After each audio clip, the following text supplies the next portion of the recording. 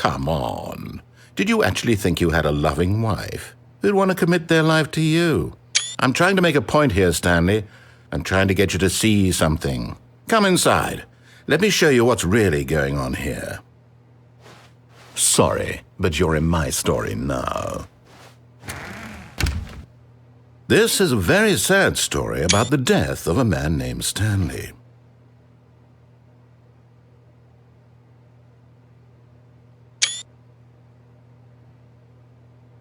Stanley is quite a boring fellow. He has a job that demands nothing of him, and every button that he pushes is a reminder of the inconsequential nature of his existence. Look at him there, pushing buttons, doing exactly what he's told to do. Now he's pushing a button. Now he's eating lunch. Now he's going home. Now he's coming back to work. One might even feel sorry for him, except that he's chosen this life. But in his mind, he can go on fantastic adventures. From behind his desk, Stanley dreamed of wild expeditions into the unknown, fantastic discoveries of new lands. It was wonderful, and each day that he returned to work was a reminder that none of it would ever happen to him. And so he began to fantasize about his own job. First, he imagined that one day while at work, he stepped up from his desk to realize that all of his co-workers, his boss, everyone in the building had suddenly vanished off the face of the earth. The thought excited him terribly. So he went further. He imagined that he came to 2 open doors and that he could go through either. At last, choice. It barely even mattered what lay behind each door. The mere thought that his decisions would mean something was almost too wonderful to behold.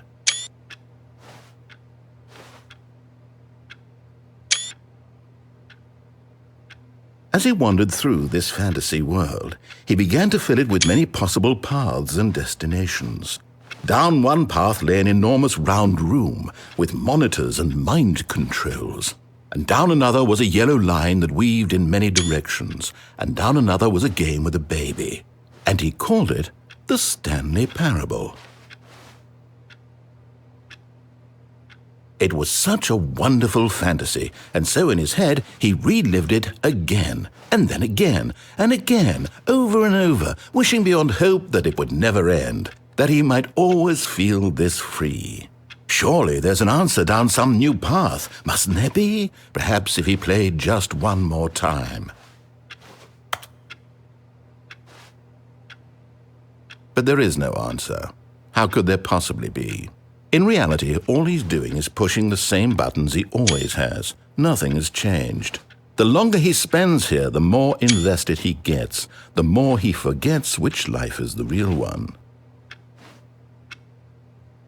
And I'm trying to tell him this, that in this world he can never be anything but an observer, that as long as he remains here, he's slowly killing himself. But he won't listen to me. He won't stop. Here, watch this. Stanley, the next time the screen asks you to push a button, do not do it. You see? Can he just not hear me? How can I tell him in a way that he'll understand that every second he remains here, he's electing to kill himself? How can I get him to see what I see? How can I make him look at himself? I suppose I can't, not in the way I want him to. But I don't make the rules. I simply play to my intended purpose, the same as Stanley. We're not so different, I suppose. I'll try once more to convey all this to him. I'm compelled to. I must. Perhaps, well, maybe this time he'll see. Maybe this time. And I tried again, and Stanley pushed a button. And I tried again, and Stanley pushed a button. And I tried.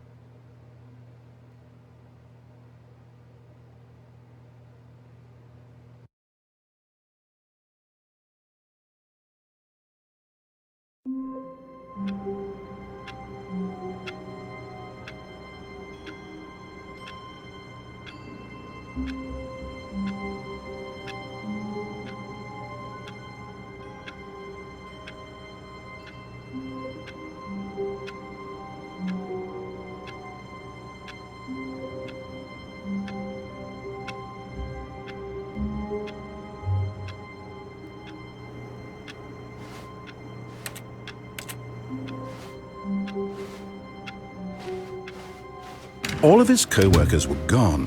What could it mean? Stanley decided to go to the meeting room. Perhaps he had simply missed a memo.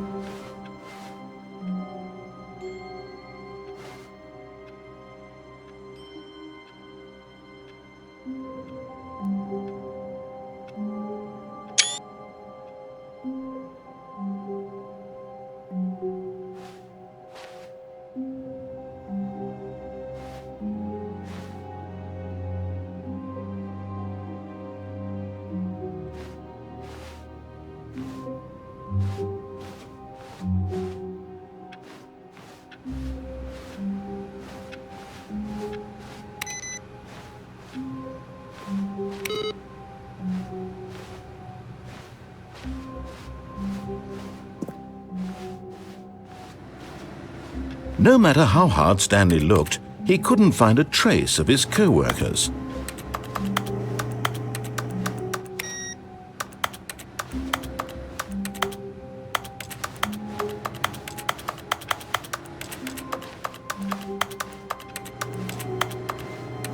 Stanley went around touching every little thing in the office, but it didn't make a single difference, nor did it advance the story in any way.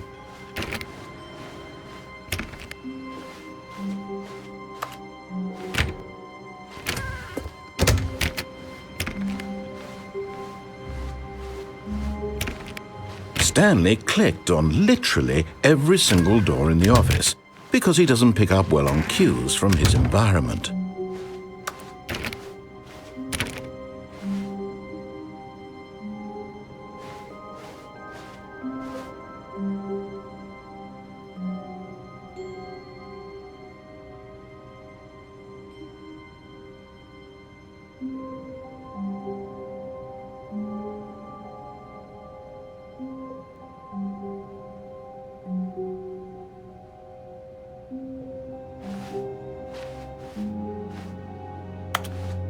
When Stanley came to a set of 2 open doors, this was not the correct way to the meeting room, and Stanley knew it perfectly well. Perhaps he wanted to stop by the employee lounge first, just to admire it. The lounge was grand, majestic, perhaps too majestic, like a combination of a much smaller version and a much larger version of this exact room. It all made Stanley uncomfortable, and he started to bleed a little. This made him smile. At last, proof that he was human.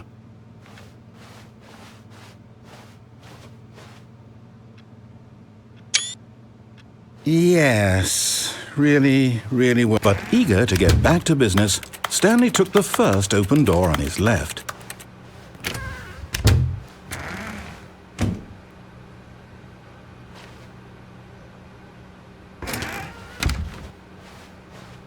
Stanley was so bad at following directions, it's incredible he wasn't fired years ago. Look, Stanley, I think perhaps we've gotten off on the wrong foot here. I'm not your enemy, really, I'm not.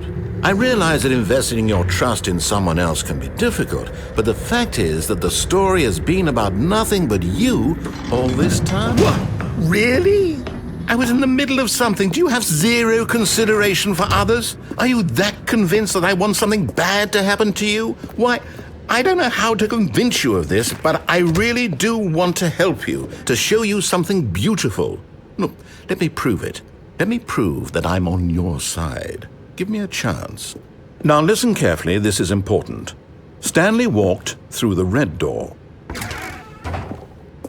Oh, thank God you are willing to listen to me. Do you see that I really have wanted you to be happy all this time? The problem is all these choices. The two of us always trying to get somewhere that isn't here. Running and running and running, just the way you're doing right now. Don't you see that it's killing us, Stanley? I wanted to stop. We would both be so much happier if we just stopped. And I think I have a solution. Here, let me show you.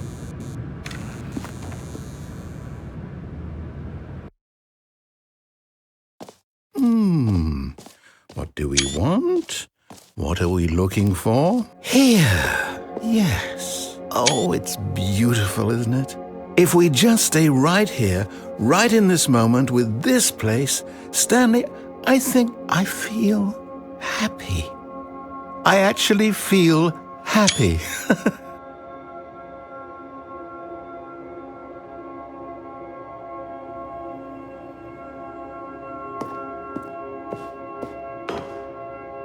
No, wait. Where are you going?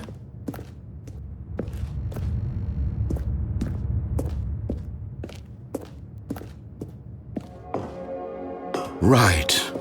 Where were we?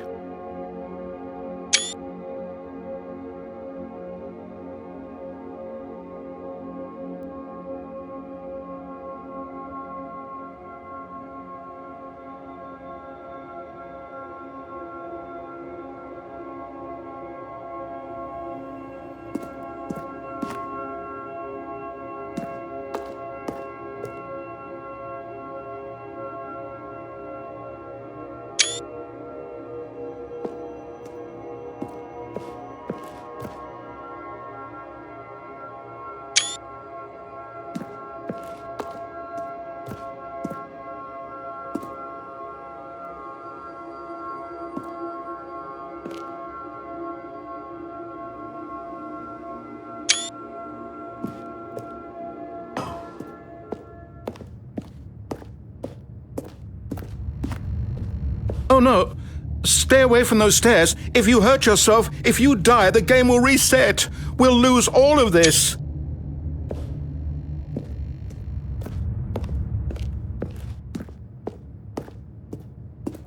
Good, good. We can't be too safe. Promise me you won't go back there. Just stay here.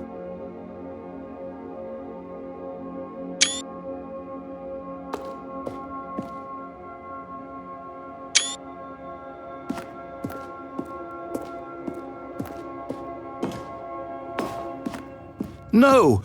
What do we talk about? You're risking everything we achieved here.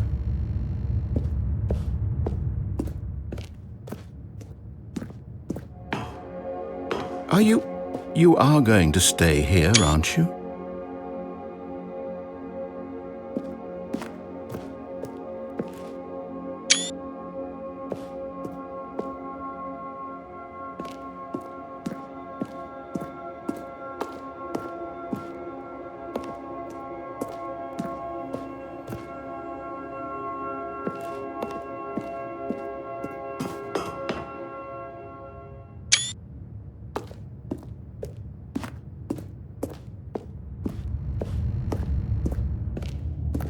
You heard me before, didn't you? You will die! What about this isn't getting through to you?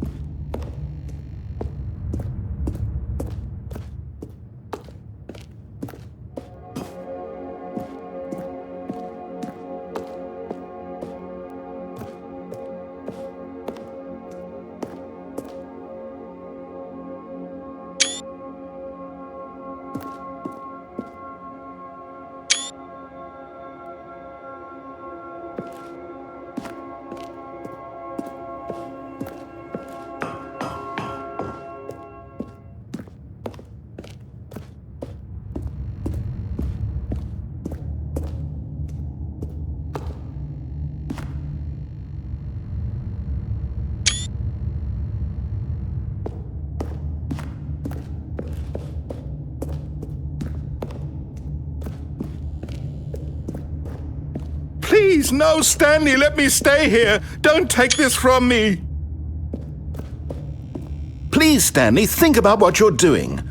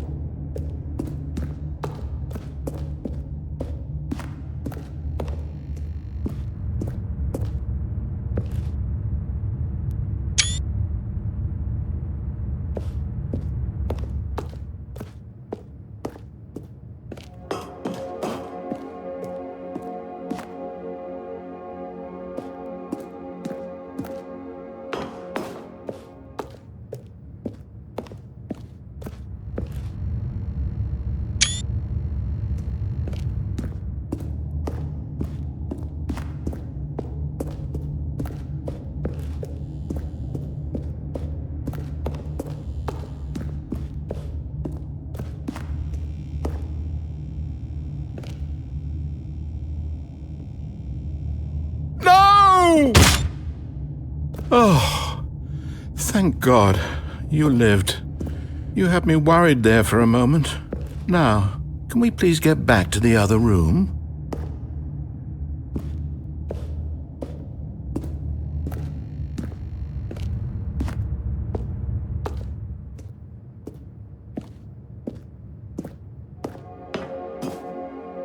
There. See? This is what you want. This is where we can both be happy. We really can. If we stop moving, we just have to stop moving.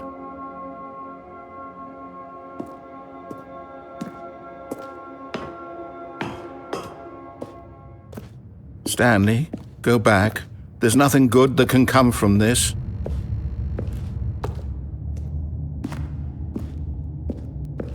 No. No, what are you doing? Do you just not believe me? What can I say to convince you?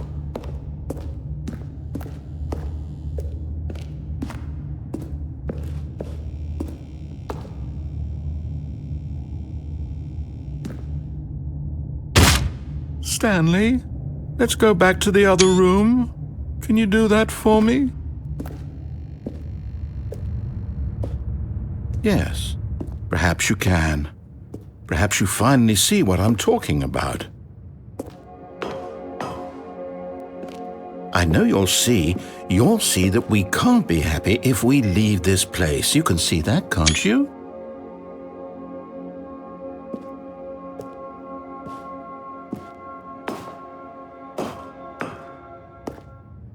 No, perhaps not.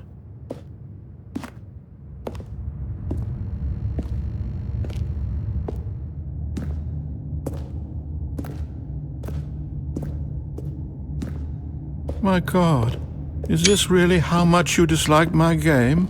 That you'll throw yourself from this platform over and over to be rid of it? You are literally willing to kill yourself to keep me from being happy. Am I reading the situation correctly?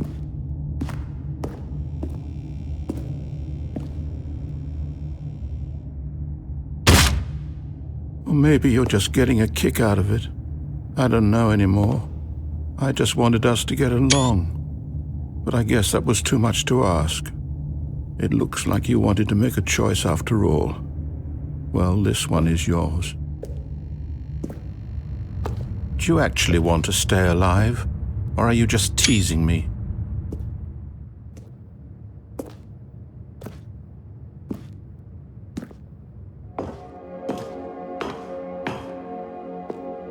I wanted us to be happy here, Stanley. I really did. I still thought that was possible.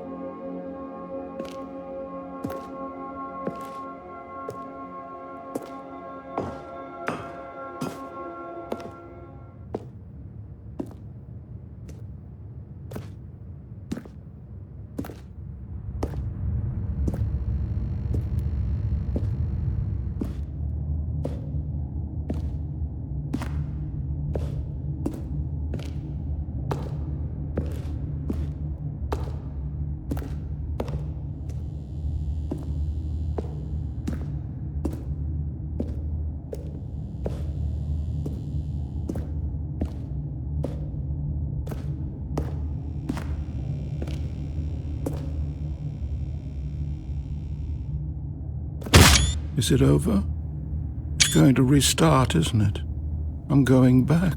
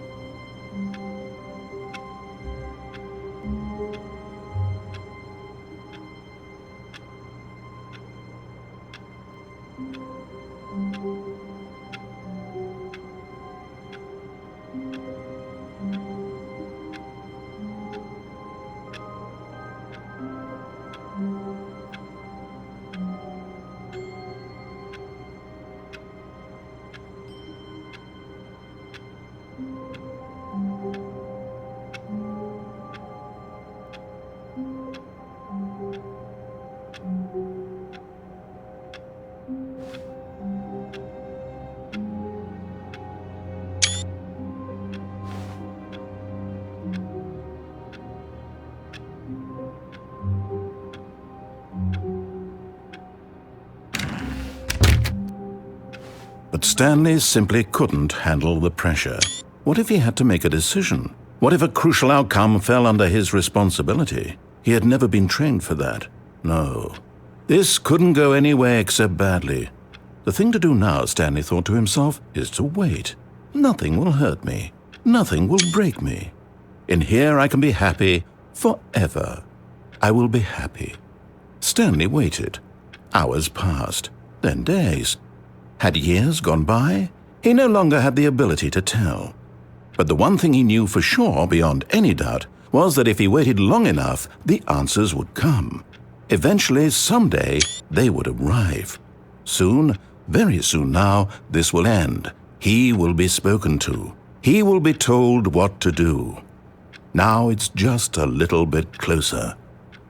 Now it's even closer. Here it comes.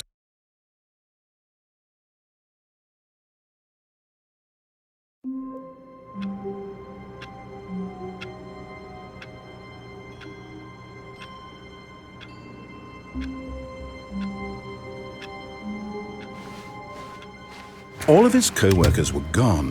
What could it mean? Stanley decided to go to the meeting room. Perhaps he had simply missed a memo.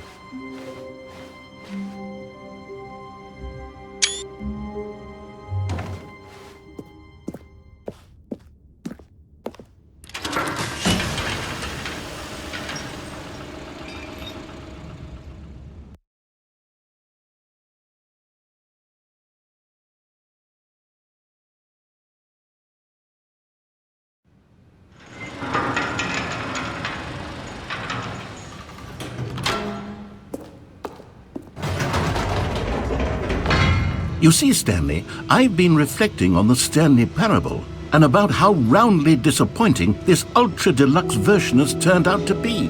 The original Stanley parable was a landmark, and any new content for it should live up to that legacy. So forget this ultra-deluxe nonsense. I say we take it one step even further. Which is why I'm very proud to announce for the first time ever, the Stanley Parable 2.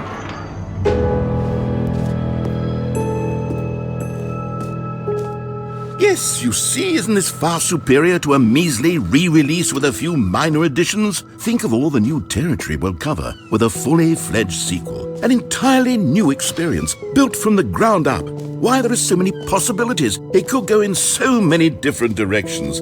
This is what fans have truly been asking for. Now, to be clear, I haven't quite nailed down what exactly the Stanley Parable 2 is going to be, but let's take a look at some of the features I've been developing for it. I figure that if I can loosely organize a handful of interesting concepts, that surely the game will sort of naturally spring up around them. Here we are. Go on, try out some of the new features.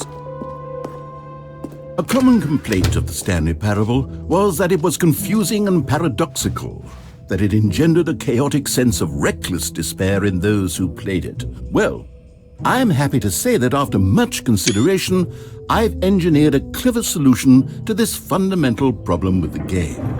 It's the Stanley Parable Reassurance Bucket. You see, Stanley, anytime you're holding the bucket, a sense of calm and ease will fill your mind and your heart. It's true. As long as you hold on to the bucket, the many disorienting contradictions of the Stanley Parable will feel perfectly normal and perhaps even comforting. You may even come to long for the gentle embrace of jarring cognitive dissonance while the bucket is in your arms. And to be honest, it's a much more convenient solution for me than actually redesigning the game to be less uncomfortable. Can you imagine what a pain in the ass that would be? Yes, the bucket is the perfect solution. Come on, give it a try.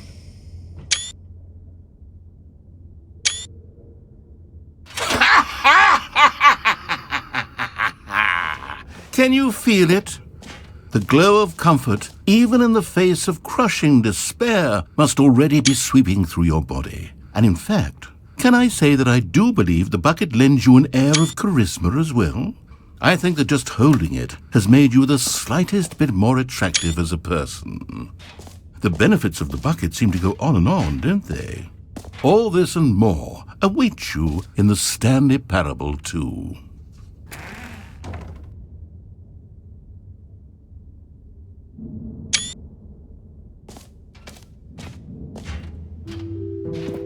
Does anyone give out awards for most enjoyable bucket in a video game?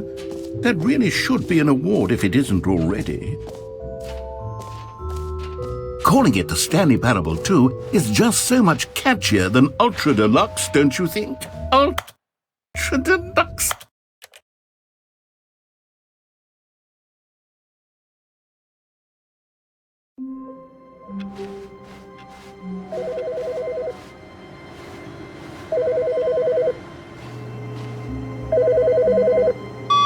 Hi, Stanley. Just wanted to leave you a message to let you know there's a few things I need you to pick up on your way home from work today. We need milk, cereal, dish soap, spaghetti, get a thing of sugar, some bread, and coffee beans, whichever ones you like. I'll give you a call if there's anything I forgot. Thanks, sweetie. See you tonight.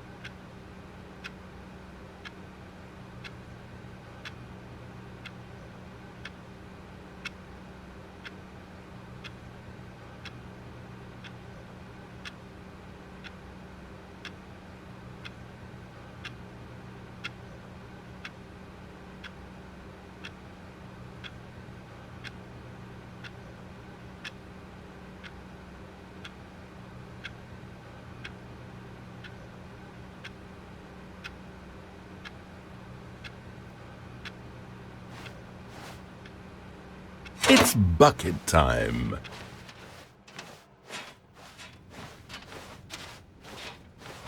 Stanley clutched the bucket tightly to his chest and entered the door on his left.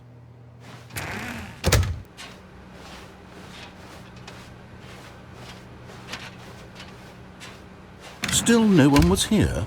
Stanley needed the bucket's warmth and comfort now more than ever. Perhaps his boss's office. Coming to a staircase, Stanley and the bucket walked upstairs to the boss's office.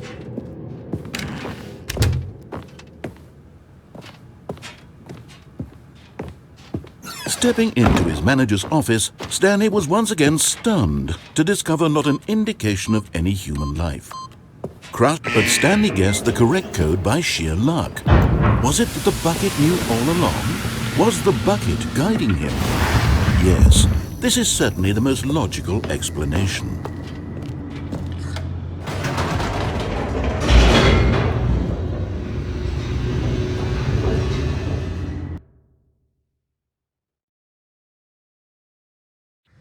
The elevator raced downward, plummeting towards an unknown fate.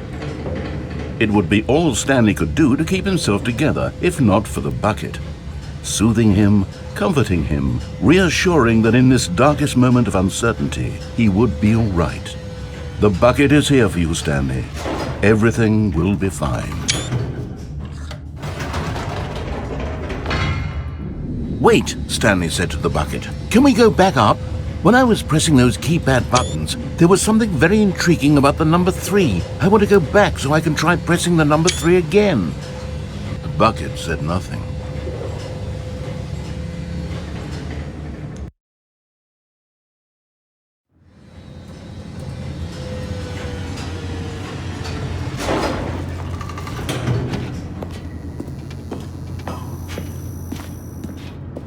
"Here we are," said Stanley. "Now I'm going to try out that number 3 button." He took the bucket over to the keypad and began absolutely slamming on the number 3. "Wow," he said, "the number 3 is such a special button. I'm having the time of my life." Stanley looked expectantly at the bucket, but the bucket remained silent. This was a shock to Stanley, who had always felt such a connection with the bucket. How was this not as exciting to the bucket as it was to him? Once Stanley had had enough of the number 3, he got back in the elevator.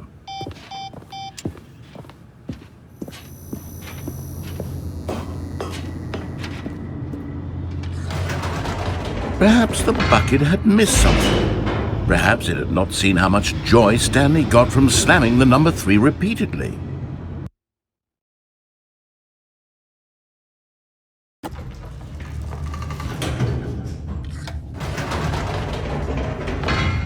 No, said Stanley to the bucket. "You can't go on yet, not till you understand how much the number 3 means to me. You and I have been through so much together, and I just want you to see what I see. Feel the happiness I feel." He smiled at the bucket, and the bucket said nothing.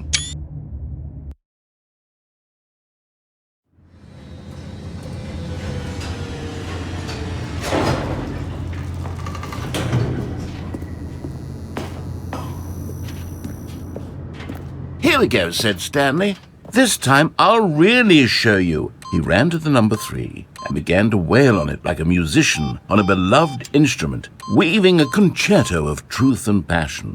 He wielded the number 3 like a fine artist would wield a paintbrush. He told stories through the number 3, stories of his dreams and hopes and fears, and the whole time he looked to his bucket for a reaction of some kind. Anything to let him know that the bucket appreciated what he was doing. The bucket conveyed absolutely nothing at all, only silence. Crushed by a wave of dejection, Stanley returned to the elevator.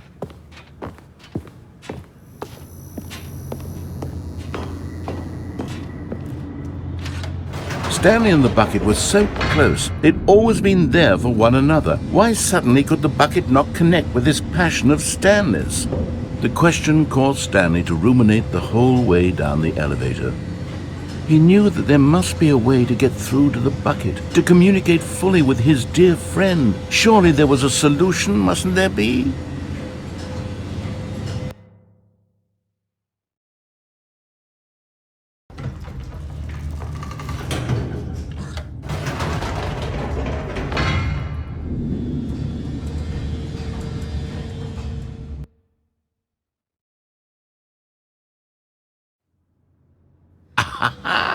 Said Stanley. "I know what to do.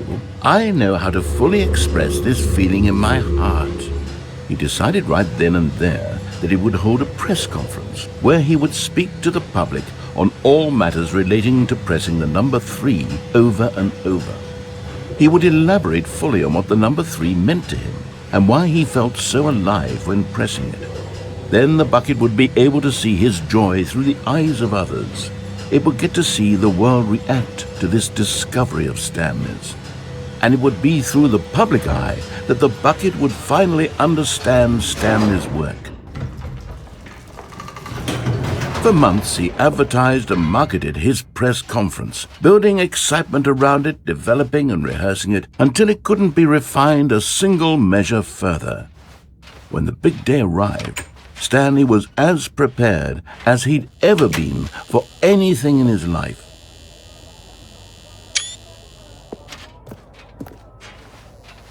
This was it. One last chance to win the bucket over. One opportunity to share a true connection with a loved one.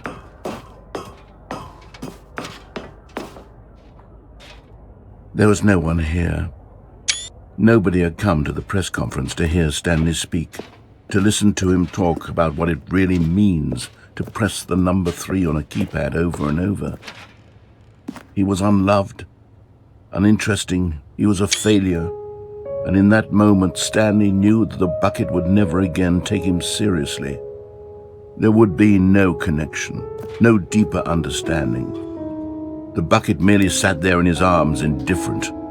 And so it began that slowly, over many years, the two of them grew more and more distant.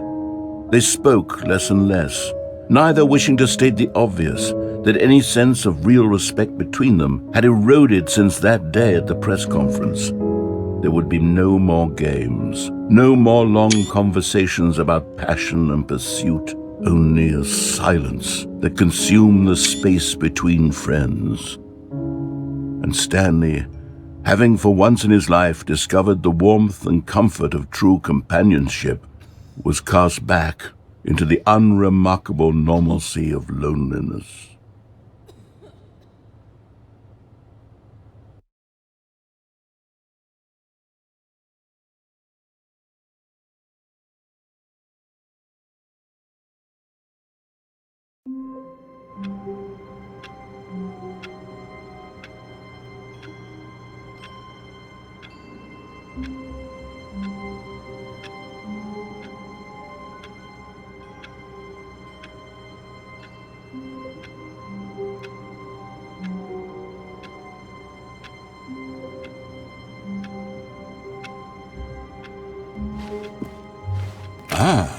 Quite a pleasant amount of bumpscosity we've got today, wouldn't you say? Very enjoyable.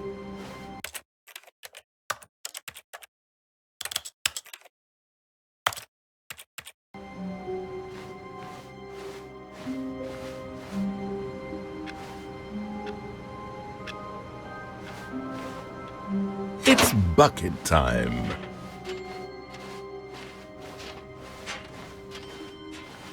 Stanley clutched the bucket tightly to his chest and entered the door on his left.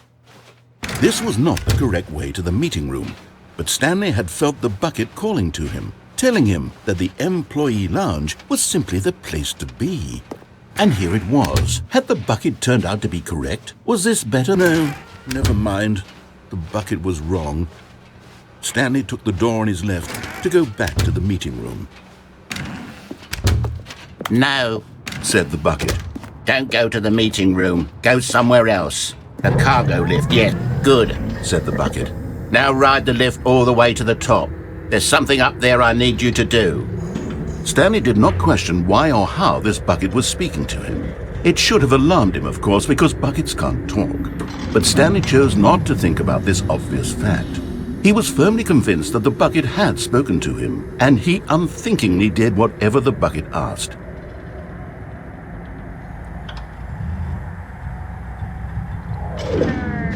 In here, said the bucket. Go into this dark room over here. Stanley once again obeyed blindly. Now pick up the phone, said the bucket. Pick up the phone and it will take us back home, where we can go about life together.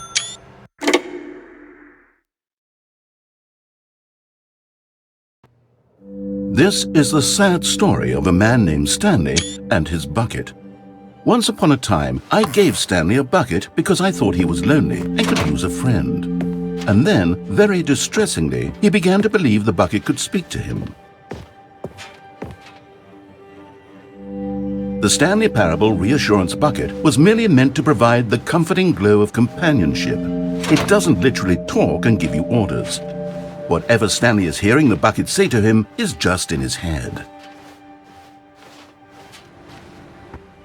Lately, I've been concerned about him. Wouldn't you be concerned as well?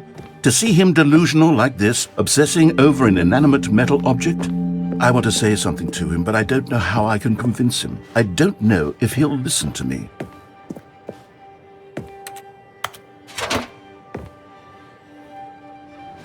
Oh, I'll try anyway. Stanley, can you hear me? Listen to me. It's just a bucket. It can't think, it can't talk.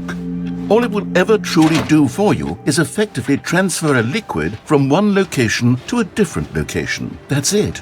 It doesn't do anything else.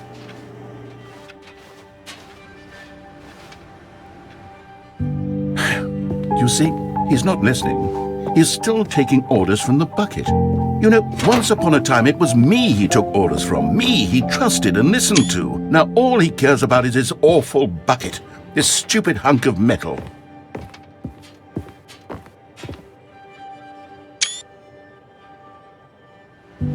It's sad, but I suppose he doesn't need me anymore. From now on, he's just going to cling to this bucket, this cold, empty bucket, this sort of shiny bucket.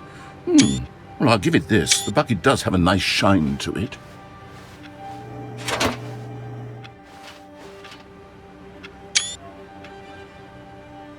Yes, I suppose on closer inspection that it doesn't quite look like your average hardware store bucket. It's just a little more, what am I trying to say? Sturdier, more capable of transporting liquid. Like it would be better at moving an amount of water from one room to another.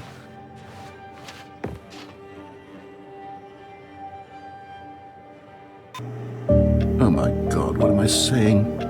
Better at carrying water from room to room. It's a bucket. It's literally just a bucket.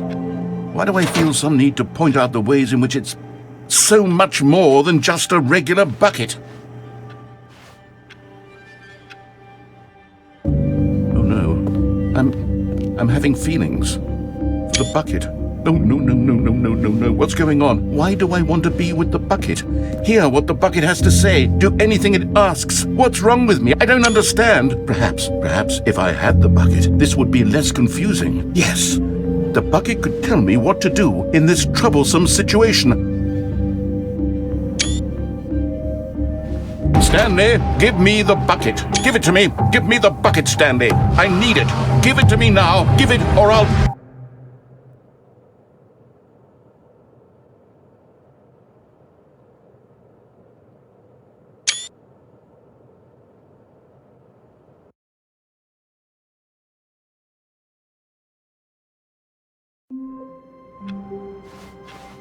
All of his co-workers were gone. What could it mean? Stanley decided to go to the meeting room. Perhaps he had simply missed a memo.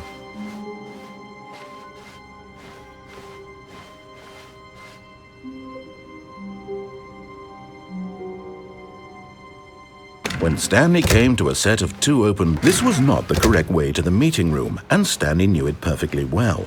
Perhaps he wanted to stop by the employee lounge first, just to admire it. It was okay. But eager to get back to business, Stanley took the first open door on his left.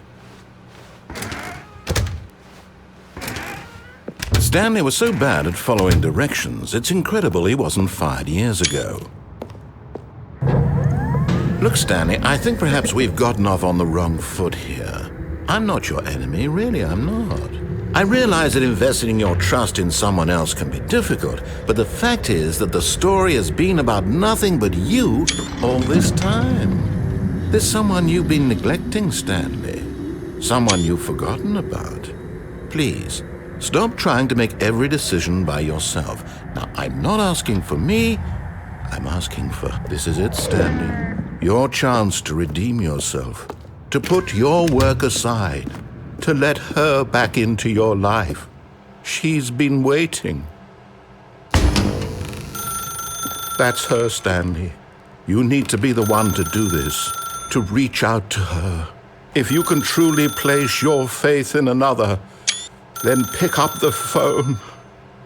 As Stanley picked up the phone, a white light engulfed him, filling him not just with radiance, but with hope. Hope for a life reunited one... Wait. Oh, goodness. Stanley, did you just unplug the phone? No, that wasn't supposed to be a choice. How did you do that? You actually chose incorrectly? I didn't even know that was possible. Let me double check. No, it's definitely here, clear as day. Stanley picks up the phone. He's taken to his apartment where he finds his wife, and the two pledge themselves to one another. Music comes in, fade to white, roll credits. Not picking up the phone is actually somehow an incorrect course of action. How is that even possible? None of these decisions were supposed to mean anything. I don't understand. How on earth are you making meaningful choices? What did you... Wait a second. Did I just see... No, that's not possible. I can't believe it. How had I not noticed it sooner? You're not Stanley. You're a real person. I can't believe I was so mistaken. This is why you've been able to make correct and incorrect choices. And to think I've been letting you run around in this game for so long. If you'd made any more wrong choices, you might have negated it entirely. It's as though you completely ignored even the most basic safety protocol for real-world decision-making. Or did you not grasp the severity of the situation? Well, I won't have that kind of risk on my watch. I'm going to stop the game for a moment so we can educate you properly on safe decision-making in the real world. Please observe this helpful instructional video. Choice. It's the best part of being a real person. But if used incorrectly, can also be the most dangerous. For example, in this scenario, a hypothetical real person named Rupert has a choice. He could invent a machine that eliminates food shortages across the world to make life better for all people. Or he could spend years of hard work forgetting how to read. Which choice would you make? Remember that unlike here, the real world makes sense, and at no time should you make a choice that does not conform to rational logic. If you find yourself speaking with a person who does not make sense, in all likelihood, that person is not real. Allow the person to finish their thought, then provide an excuse why you cannot continue talking. Turn to a partner and practice saying, "My goodness, is it 4:30? I'm supposed to be having a back, sack, and crack." Excellent. Making choices on a regular basis is the best part to a healthy decision-making process. Most medical professionals recommend making at least 8 choices per day. Do you make more than 8? Less? And finally, if you begin to wonder if your choices are actually meaningful and whether you'll ever make a significant contribution to the world, just remember that in the vast infiniteness of space, your thoughts and problems are materially insignificant, and the feeling should subside.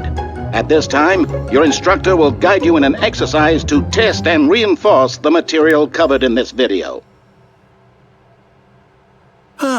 Welcome back. You may have noticed that this room has begun to deteriorate as a result of narrative contradiction. But not to worry. Now that you're properly informed on good decision-making, we're going to revisit a choice you made just a few minutes ago and see what the correct thing to do would have been. This way, please.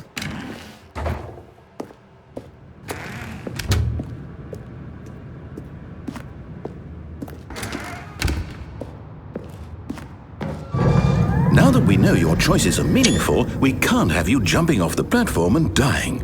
Imagine the main character dying senselessly halfway through the story. That story would make no sense at all. We just need to get you home as soon as possible before the narrative contradiction gets any worse. Unfortunately, it seems this place is not well equipped to deal with reality.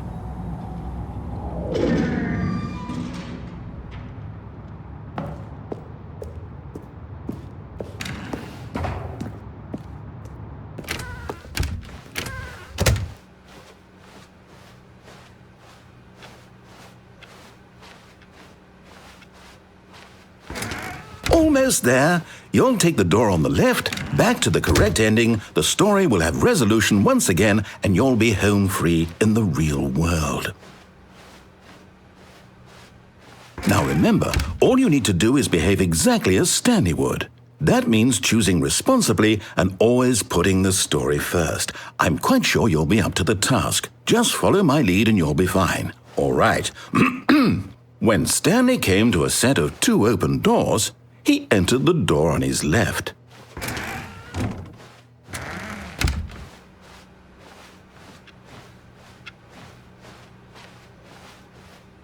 Yet there was not a single person here either. Feeling a wave of disbelief, Stanley decided to go up to his boss's office, hoping he might find an answer there.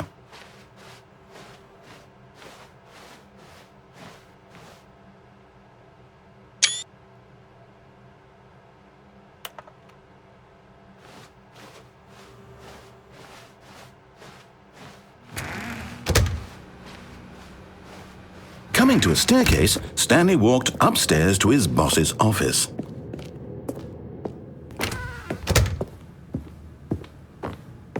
Stepping inside his manager's office, Stanley was once again stunned to discover not an indication of any human life. Shocked, unraveled, Stanley wondered in disbelief who orchestrated this, until he saw the door with a voice receiver next to it. Surely behind this door lay all the answers to his questions. And beyond all probability, he knew the passcode. He had seen it on his boss's computer just last week. Nightshark 115. Was this the code to open the door? Would it still work? There was only one way to find out. Stanley had been trained never to speak up, but now he would draw from within himself the courage to face the unknown. He drew a sharp breath and then spoke the code.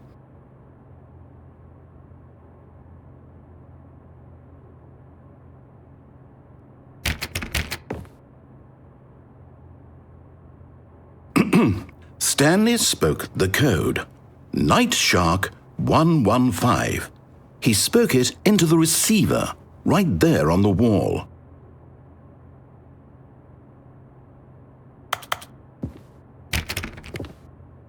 I'm sorry, is there a problem? You didn't mishear me, did you? Please speak the code into the receiver. Otherwise, we can't get on with the story. This is a crucial step.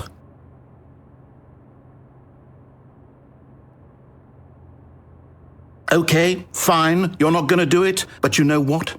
It's pretty humiliating to bring you this far, only for you to suddenly decide you have better things to do. I asked you for this one single thing, for your respect.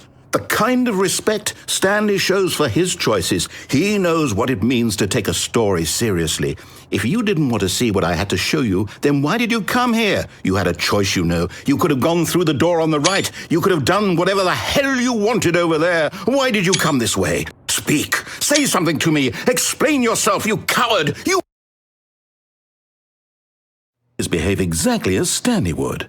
That means choosing responsibly and always putting the story first. I'm quite sure you'll be up to the task. Just follow my lead and you'll be fine. All right. When Stanley came to a set of 2 open doors, he entered the door on his left.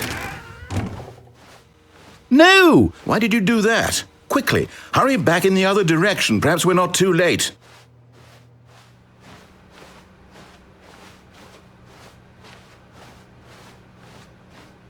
Oh, it's ruined.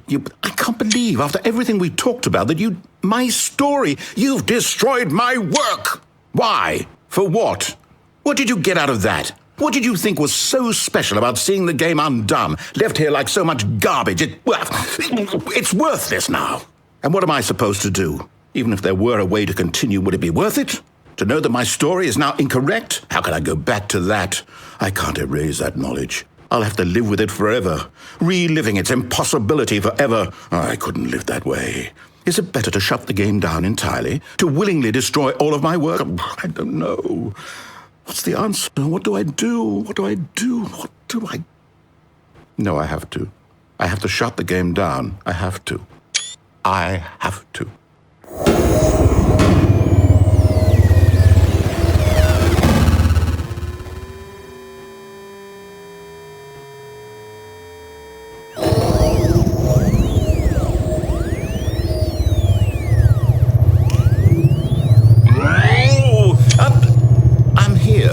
I'm still here in this pile of rubbish, with you, who thought you were so clever.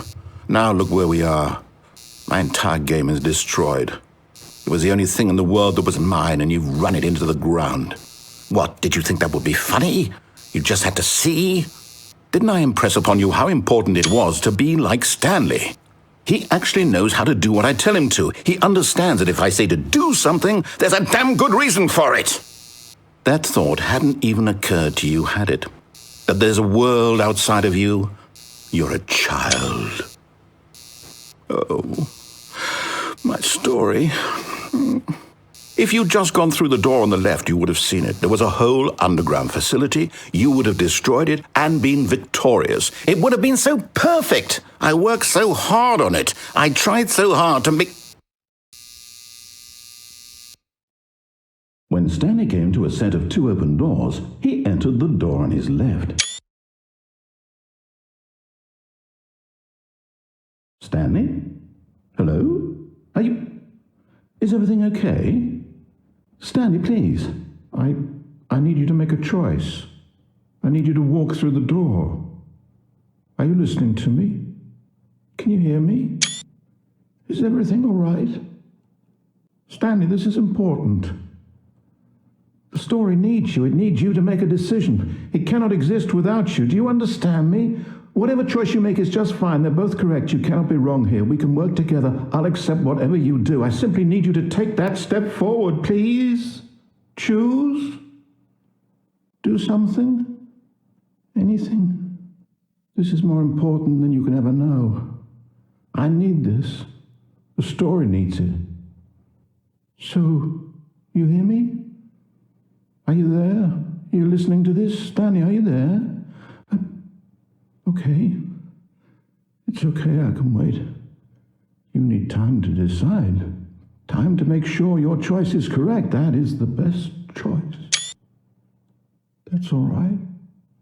I'll wait for you to decide what's the right thing to do. Take as much time as you need.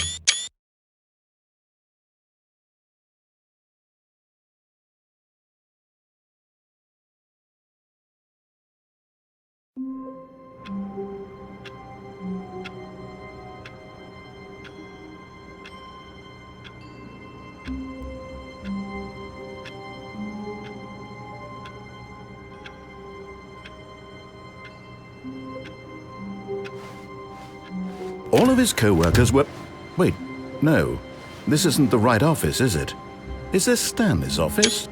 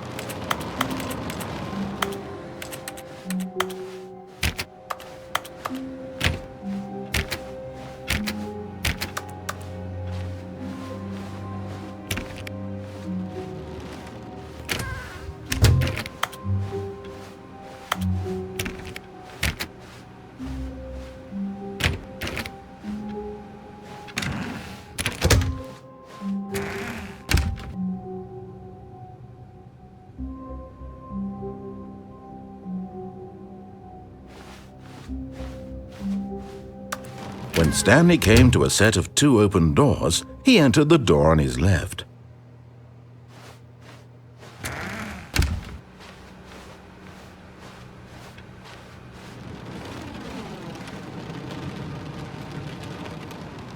Yet there was not a single person here either. Feeling a wave of disbelief, Stanley decided to go up to his boss's. Coming to a staircase, Stanley walked upstairs to his boss's office.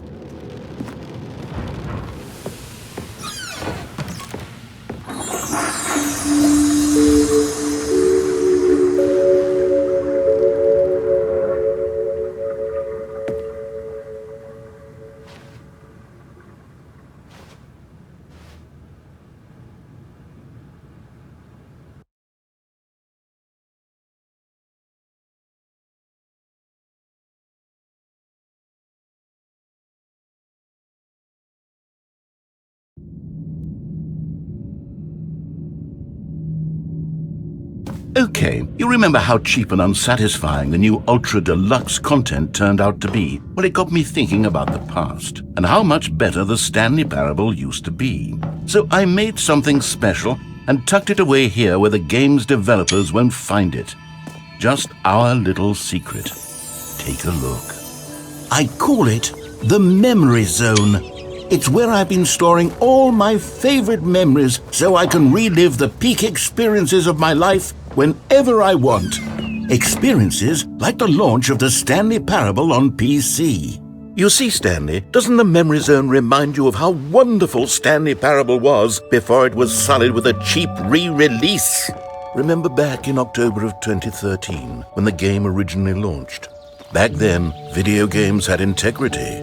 Back then, it all meant something. Oh, the waste. suis dans la mémoriso, seul sur l'abri des vélos, et je n'attends. And over here is where I keep reviews of the Stanley Parable. Like this stunning triumph of games journalism, 10 out of 10 from Destructoid.com. James Stephanie Sterling writes, and I quote, "Where so many games that aspire to be more than games end up less than any form of art, Stanley Parable strives and then succeeds to be every game ever created." Did you hear that, Stanley? Every game ever created. That's how grand and all-encompassing the original Stanley Parable was. It was literally every game ever created. It was Skyrim, it was Persona 3, it was all of them, and now it's nothing. It's no games at all. It isn't even the Stanley Parable anymore. It's just a husk now, a lifeless husk with an hour of new elevator content.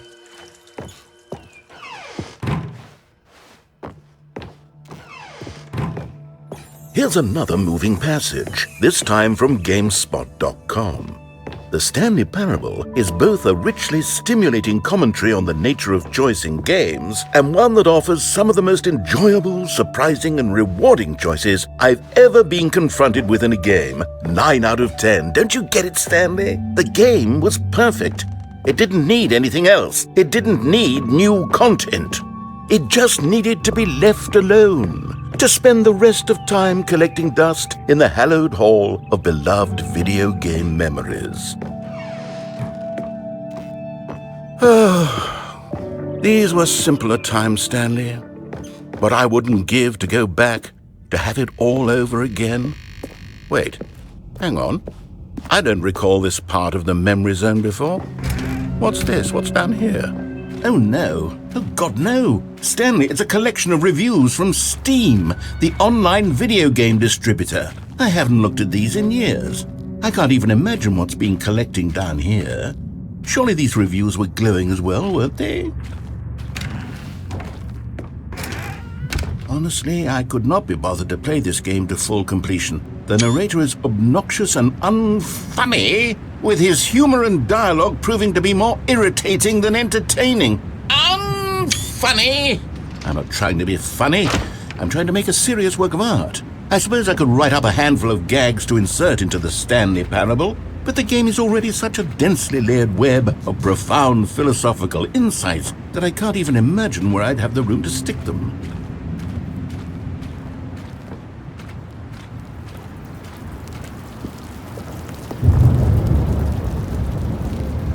Okay, let's see what this one says. While the idea for the game is good, for someone who prefers non-linear games, this preachiness gets annoying fast. Preachy? Stanley, I'm not preachy, am I? You can tell me if I'm preachy. Honestly, you can. Oh, goodness. This is actually quite shocking for me. To be honest, I had always thought of the game's dialogue as being rather terse to begin with. You can't know how much fluff I cut from the game to get it to feel as light and airy as it... Well, I always thought it did. But maybe it wasn't. Oh dear. What an awful memory to have to hold on to. These black marks on my otherwise unimpeachable track record. I feel like a failure. Like I let these people down. Perhaps the Stanley Parable isn't quite as sterling as I always remembered.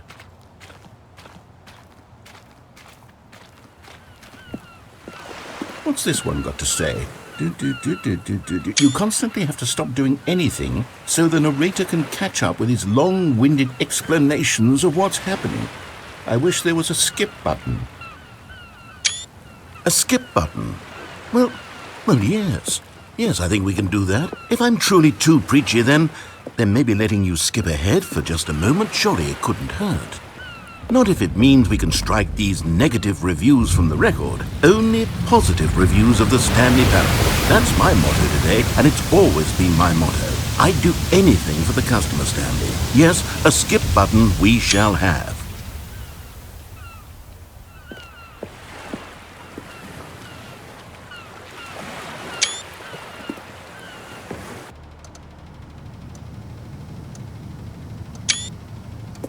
And here it is. Go ahead and give it a shot. I'll pop you forward in time so that the second my incessant droning starts to bore you, with just the push of a button, you'll have zipped right past it. It's one...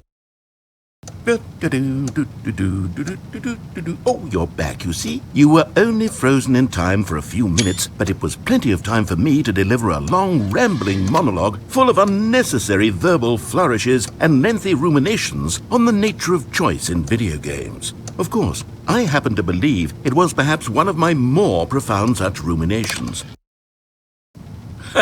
Well there, sport. You really did catch me rambling on a bit, didn't you? But that's the power of the button. The minute I start to go off on a thoughtless display of self-absorption, it's right at your fingertips to go poof, and it's all over. Ooh.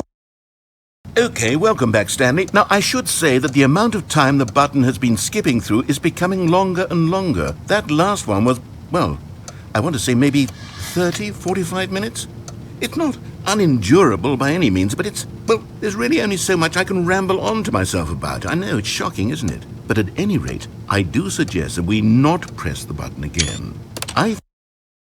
Stanley, please don't push the button again. It's been 12 hours. You've just been frozen there. I don't know why the skips are getting longer, but they're really, truly getting longer, and my God, there's no way out of the room. Stanley, the door is gone. It's completely gone. I've looked at it from every angle. I've checked every one of those walls 1,000 times. And there's no door, Stanley. There's no door. There's just you and the button, and if you keep pressing it, I have no idea what will happen. Oh, Stanley, you're back. You're back. Oh, my goodness. I have someone to talk to again. Stanley, I think it's been a week. Or 2 weeks. I've been sitting here all that time, just sitting here, not a single person to speak with. And you'd think that that's just how it's always been, right? Me talking and you saying nothing. Would you think that it's exactly the same as always? Doesn't that feel like what we've already been doing? Me just talking?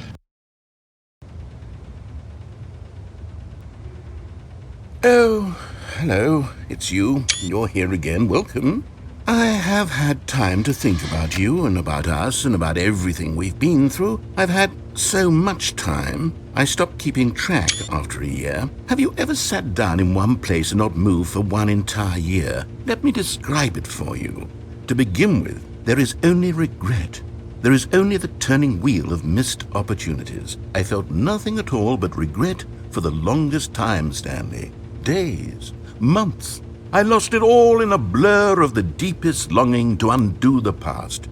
And when that feeling had begun to subside, what took its place is what I can only describe as the collapse of every moment I have ever experienced my entire life. All of them collapsed down into a single instant. In that instant, I could see myself clearly, calmly, with a collected heart. It was an impossibly rich wellspring of both delight and disgust simultaneously. I was consumed by it. I could do nothing but wallow in it for what felt like an eternity, for what I now know was far less. You see, it was a revelation for me. It was unlike anything I had ever known. It was a space without consequence, without action or outcome. It was divorced entirely from the question of free will that you and I have squabbled over for so long. There could be no one ending, no singular outcome of events, not if all events existed in the same moment. And I felt freed. I felt unburdened by the need to manifest a particular outcome into being. I saw that I could allow myself to exist along all timelines, and that each of them was simply a strand in the web of my being. It was incredible. The spaciousness, the equanimity of the moment, both singular and infinite.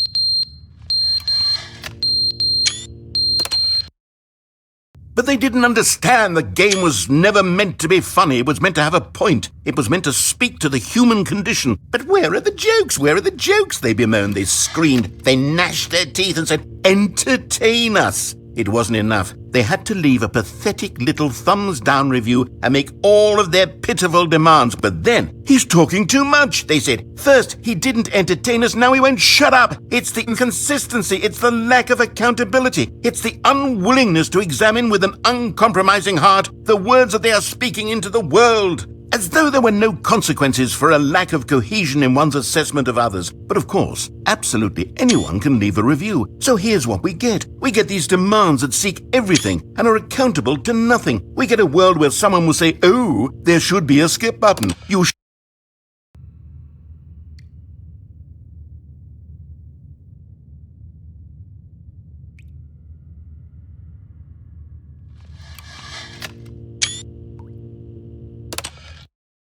The end is never the end, is never the end, is never the end, is never the end, is never the end, is never the end, is never the end, is never the end, is never the end, is never the end, is never the end, is never the end, is never the end, is never the end, is never the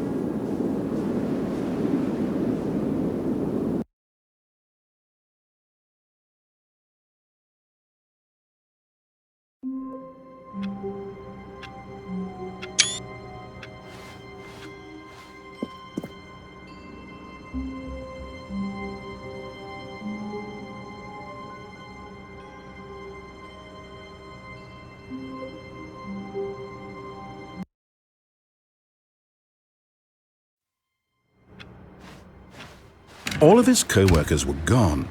What could it mean? Stanley decided to go to the meeting room. Perhaps he had simply missed a memo. No matter how hard Stanley looked, he couldn't find a trace of his co-workers.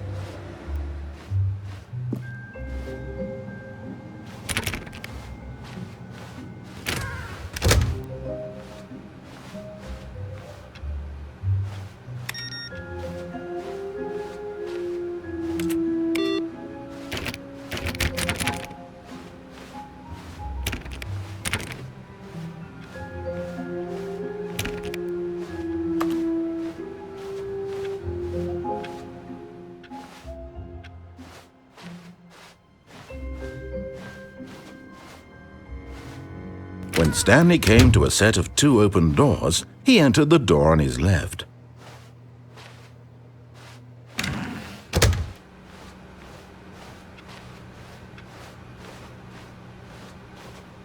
Yet there was not a single person here either.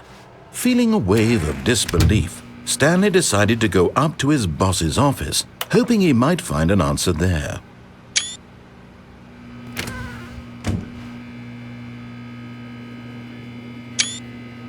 Stanley stepped into the broom closet, but there was nothing here, so he turned around and got back on track.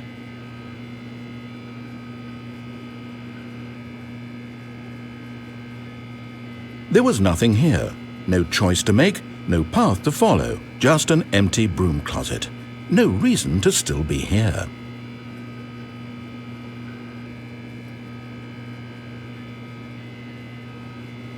It was baffling that Stanley was still just sitting in the broom closet.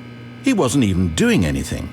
At least if there was something to interact with, he'd be justified in some way. As it is, he's literally just standing there doing sweet FA.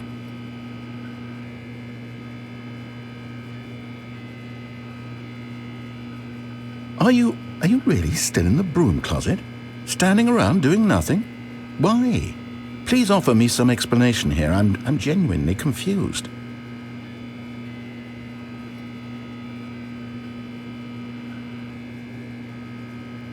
You do realize there's no choice or anything in here, right?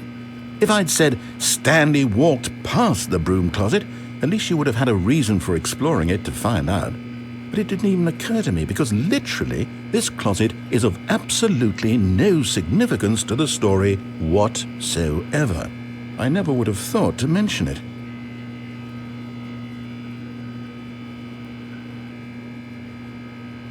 Maybe to you this is somehow its own branching path. Maybe when you go talk about this with your friends you'll say, "Oh, did you get the broom closet ending? The broom closet ending was my favorite." I hope your friends find this concerning.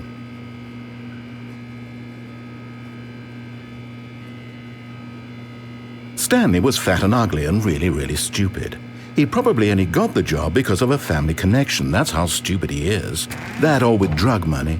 Also, Stanley is addicted to drugs and hookers. Coming to a staircase, Stanley walked upstairs to his boss's office.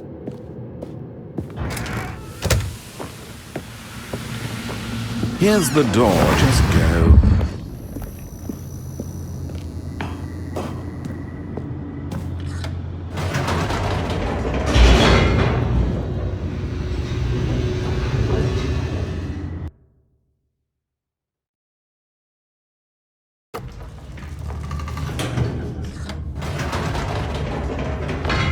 Whoops, nope, never mind. Stanley actually got back into the elevator and went back up. Silly me.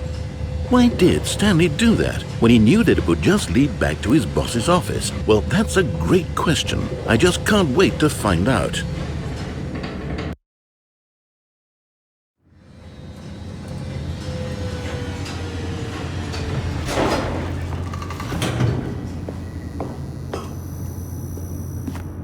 Here we are, Stanley. It's your boss's office. Exactly the way it was before you got onto the elevator. It's still just exactly what it is. What a decision you've made to come up here and look at the office again.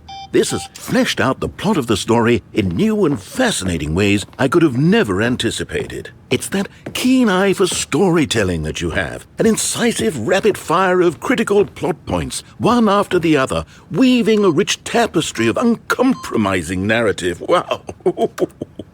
I'm bolted to the edge of my seat.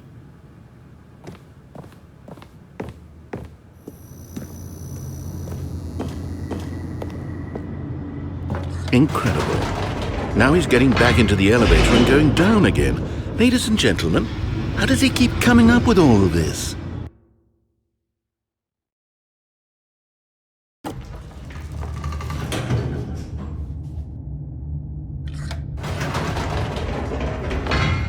Did you think we were going to go forward down the spooky corridor? No. It's time once again to go back up in the elevator.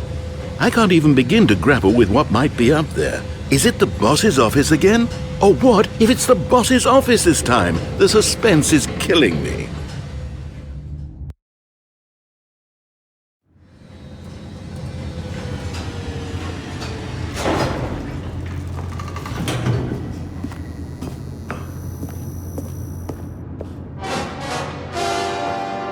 Oh my God, it's the boss's office. This absolutely changes everything for me. Give me a time out here for a minute while I process this.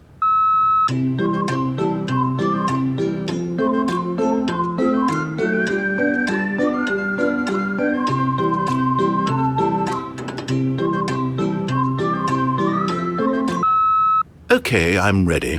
I'm prepared to embrace this stunning revelation and to move forward with... No, wait. No, I need more time to process.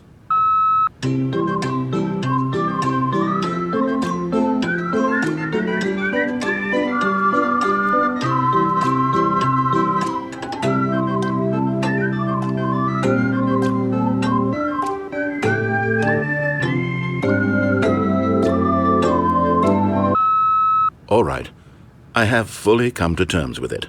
I have made space in my worldview for this astonishing new reality.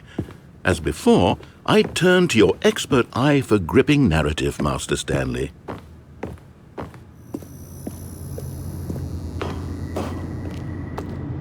Of course, going back down in the elevator. How did I not anticipate it? I mean, sure, now it's obvious, but you have to understand that 30 seconds ago, this kind of thing had never been attempted before. I had no frame of reference to even anticipate it. That's just how revelatory Stanley's decision-making is, a breath of fresh air in a landscape of storytelling that has grown stale and repetitive.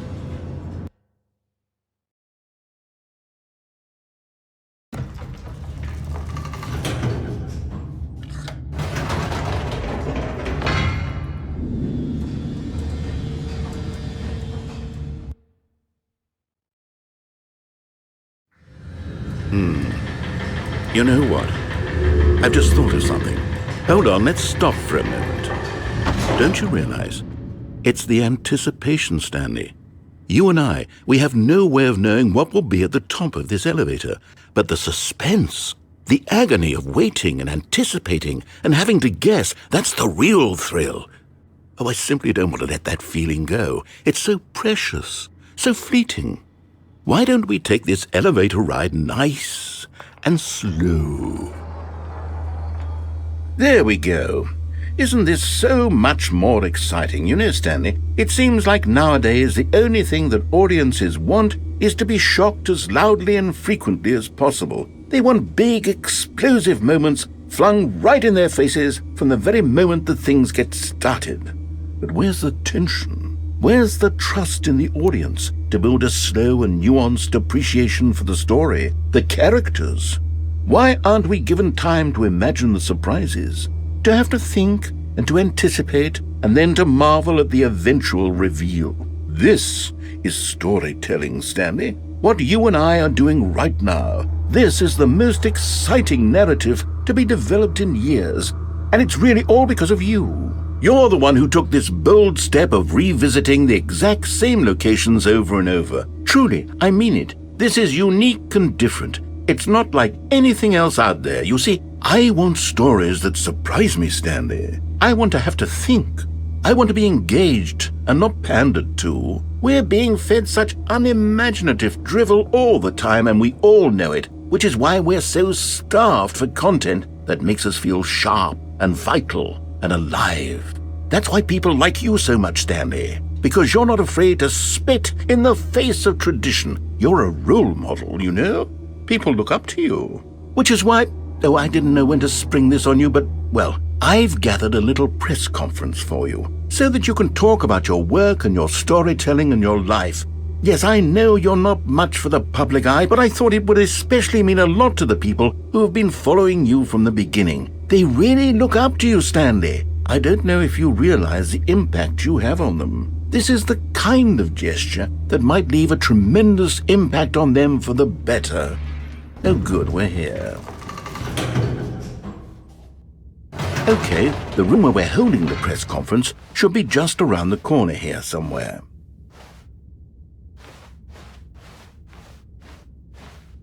Ah, yes, here it is, just through this door. All right, are you ready? I've told them you're going to speak a little bit about the nature of surprise in storytelling and what it means to craft a truly unpredictable narrative. Oh, don't worry, you'll do great. Just be yourself and speak from the heart. I'm really proud of you, Stanley. Okay, it looks like they're ready for you. Go get 'em.